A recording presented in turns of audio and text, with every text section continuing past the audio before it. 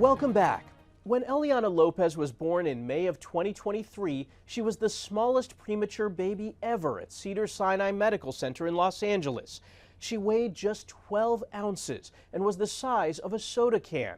After spending 10 months in the NICU with a devoted staff of over 200 doctors and nurses taking care of her, she was finally able to go home this month. The staff at Cedars-Sinai Guerin Children's gave her a full graduation ceremony, complete with a cap and gown. Eliana's parents, Cecilia and Boris, said the staff became like family. We knew that this day would come. We were very hopeful and we had faith that things would work out. And we trusted this hospital and we knew we were in good hands. And today we get to take our daughter home after 10 months. Eliana is now 17 pounds, but she's got a long road ahead. More than a third of Americans are afraid of going to the dentist. But one dentist office is using a canine to help while the doctor works on your canine tooth. Jason Rantala introduces us to Ollie. You want to go this way? At J&D Dental, in the heart of downtown Minneapolis, Should we go up front? 4-year-old Ollie the Labradoodle is reporting for duty. As far as his exact position in the office, He's just so chill. it's usually right on top of patients. You're such a good boy. Yes, you are, buddy. April Klein is a dental hygienist at J&D.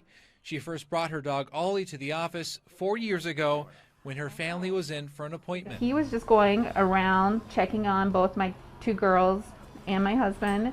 And then he just jumped up on my husband's lap after showing a bunch of patients. Once they wanted to see pictures of Ollie, I showed them the picture of him on my husband, and they started asking if they could have the same thing. I said, absolutely. It began with just a few patient requests. Ollie now visits several a day, once a week. Today he's seeing 6 patients. Before her job in dentistry, April had assumed everyone enjoyed the dentist as much as she did. You learn really quick that this is a vulnerable spot to be in. Sometimes these patients need nitrous oxide. They need some type of sedative to actually get through their appointment. He provides a canine drug.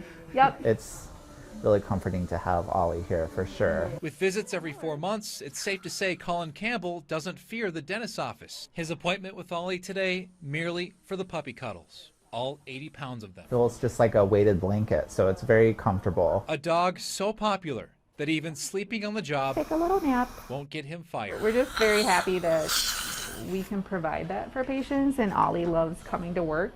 Jason Rantala, CBS News, Minneapolis. We'll finish with an Art Meets Science program that's harnessing the power of creative group music to help those who have suffered from a stroke. Danya Backus introduces us to Strokestra. At this music collaboration, every bow stroke, trombone slide, and maraca shake is associated with rehabilitation. Since 2015, musicians from the United Kingdom's Royal Philharmonic Orchestra have conducted Strokestra, pairing up their musicians with stroke patients and others with limited mobility to use music to help them recover. You didn't even worry or think about your pain. 87-year-old Marie Garcia recently fell and broke her arm. She's had limited mobility, but on this day, it was all about the beat. They gave me drumsticks to pretend I was playing, and you just moved with the music. It was very, very relaxing and entertaining.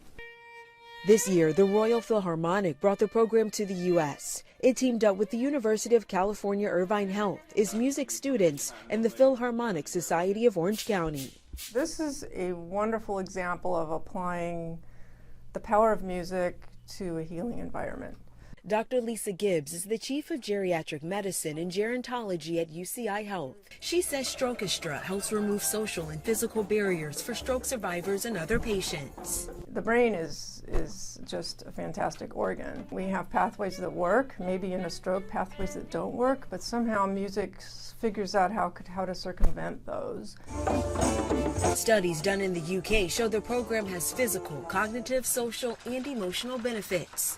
At UCI, Strokestra hit the right notes of harnessing the power of music to bring joy and mobility. Danya Backus, CBS News, Orange, California.